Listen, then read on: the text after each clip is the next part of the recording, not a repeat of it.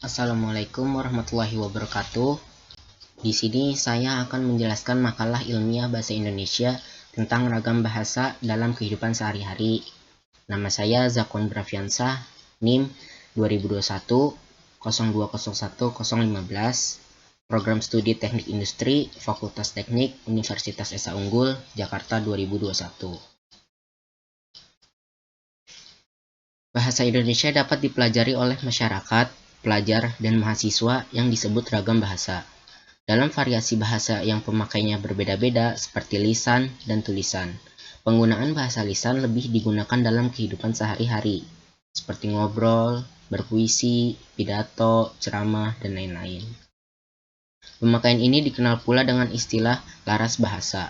Perkembangan bahasa Indonesia di kalangan dewasa, remaja, dan anak-anak mengalami perubahan yang signifikan seiring dengan perkembangan ilmu pengetahuan dan teknologi, dan semakin tingginya tingkat pergaulan remaja. Maka bermunculanlah bahasa pergaulan yang disebut bahasa gaul seperti lo, gue, tahu, cewek, dan sebagainya. Ditemukannya penyimpangan bahasa yang tidak sesuai dengan aturan baku ialah dialek kedaerahan.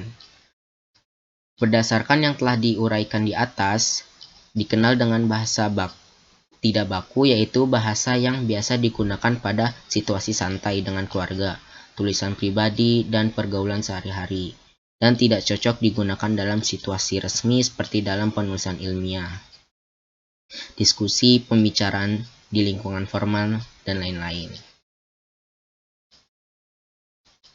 Bahasa Indonesia merupakan bagian dari ragam ilmiah yang digunakan dalam menciptakan karya ilmiah seperti tulisan, sebagai bahasa yang digunakan dalam memaparkan fakta, konsep, prinsip-prinsip, teori, atau gabungan dari keempatnya. Maka diharapkan menjadi sebuah media yang efektif dalam komunikasi baik secara tertulis maupun lisan.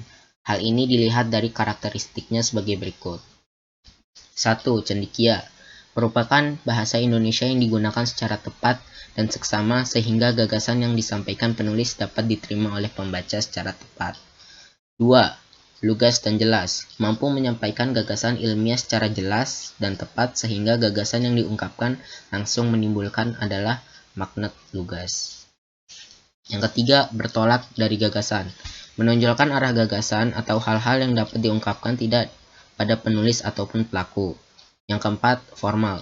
Keformalan bahasa dalam sebuah karya ilmiah dilihat dari kosakata, pembentukan kata, dan kalimat dengan unsur yang lengkap.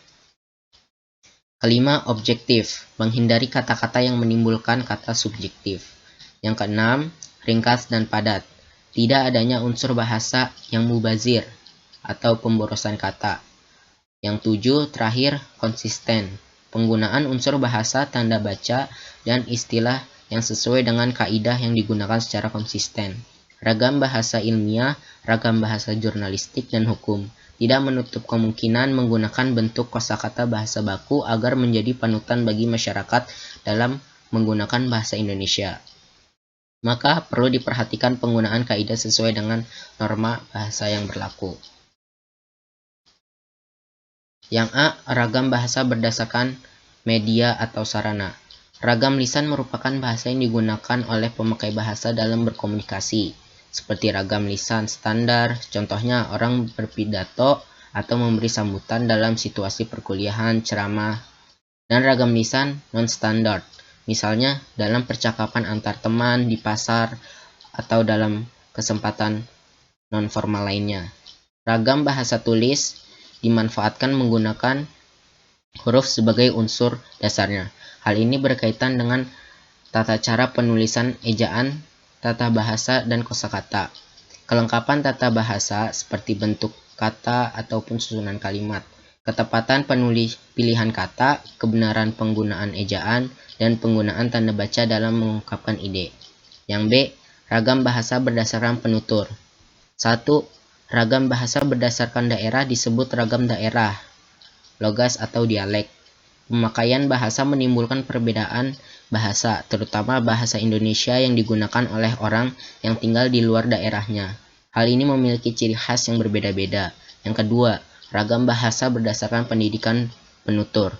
Kelompok penutur yang berpendidikan berbeda dengan yang tidak berpendidikan, terutama dalam pelafalan kata, berasal dari bahasa asing, misalnya fitnah, kompleks, vitamin, video, film, fakultas. Penutur yang tidak berpendidikan mungkin akan mengucapkan fitnah, kompleks, vitamin, video, film, fakultas. Yang C. Ragam bahasa berdasarkan sikap penutur.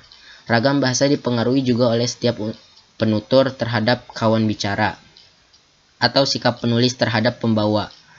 Sikap itu antara lain resmi, akrab, dan santai. Kedudukan kawan bicara atau pembaca terhadap penutur atau penulis juga mempengaruhi sikap tersebut. Hal ini dapat dilihat dari ragam bahasa baku yang digunakan seperti A. Pembicara di muka umum. Yang B. Pembicaraan dengan orang yang dihormati. Yang C. Komunikasi resmi. Yang D.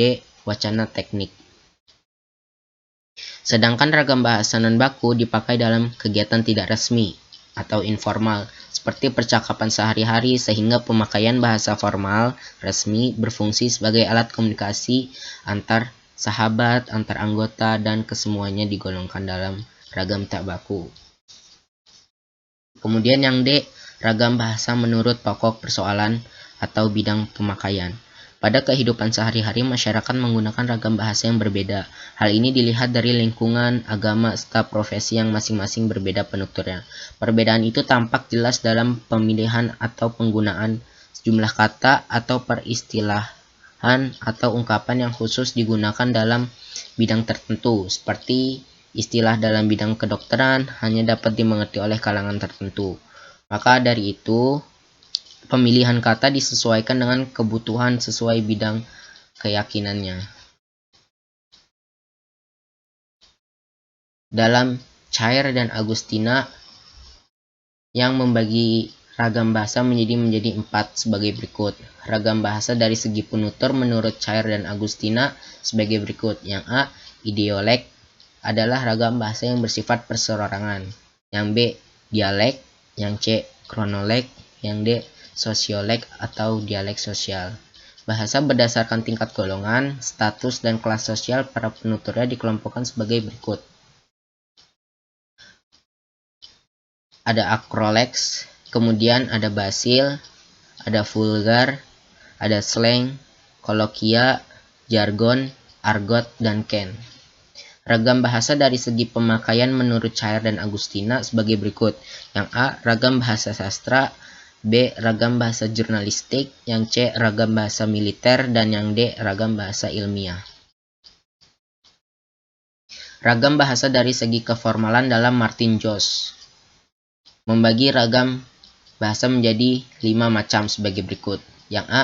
Ragam baku yang digunakan dalam situasi-situasi khidmat dan upacara-upacara resmi, misalnya dalam upacara kenegaraan. Yang B. Ragam resmi atau formal. Yang C. Ragam usaha atau ragam konsultatif. Yang ke D. Ragam santai atau ragam kasual. Yang D. Ragam akrab atau ragam intim. Ragam bahasa dari segi sarana menurut Cair dan Agustina sebagai berikut. Yang A. Ragam bahasa lisan merupakan ragam bahasa yang digunakan untuk menyampaikan informasi secara lisan. Yang B. Ragam bahasa tulis merupakan ragam bahasa yang digunakan untuk menyampaikan informasi secara tertulis. Variasi bahasa. Variasi bahasa terjadi karena adanya keberagaman penutur dalam wilayah penggunaannya, disesuaikan dengan tempatnya, diagnosia. Seperti bahasa resmi atau bahasa tidak resmi. A. Variasi bahasa tinggi atau resmi digunakan dalam situasi resmi, seperti pidato kenegaraan. Yang B. Variasi bahasa rendah, sering digunakan dalam situasi yang tidak formal, seperti komunikasi dengan keluarga. Berdasarkan penelitian yang dilakukan mengenai variasi ragam bahasa dalam kehidupan remaja, maka disimpulkan sebagai berikut. A. Segi penutur. B. Segi keformalan. C. Segi sarana. D. Segi pemakaian. Sehingga terjadi variasi bahasa yang diakibatkan adanya keberagaman penutur dari segi wilayah, serta penggunaan variasi bahasa disesuaikan dengan tempat atau diagnosia, seperti bahasa resmi atau bahasa tidak resmi. Hal ini dapat dilihat melalui variasi bahasa yang dibagi menjadi 2, yaitu A. Variasi bahasa tinggi atau resmi, dan B. Variasi bahasa rendah. Maka dari itu, peneliti menyarankan agar pemakai bahasa diharapkan agar penggunaan bahasa ilmiah dalam keadaan resmi atau formal, sehingga bahasa ini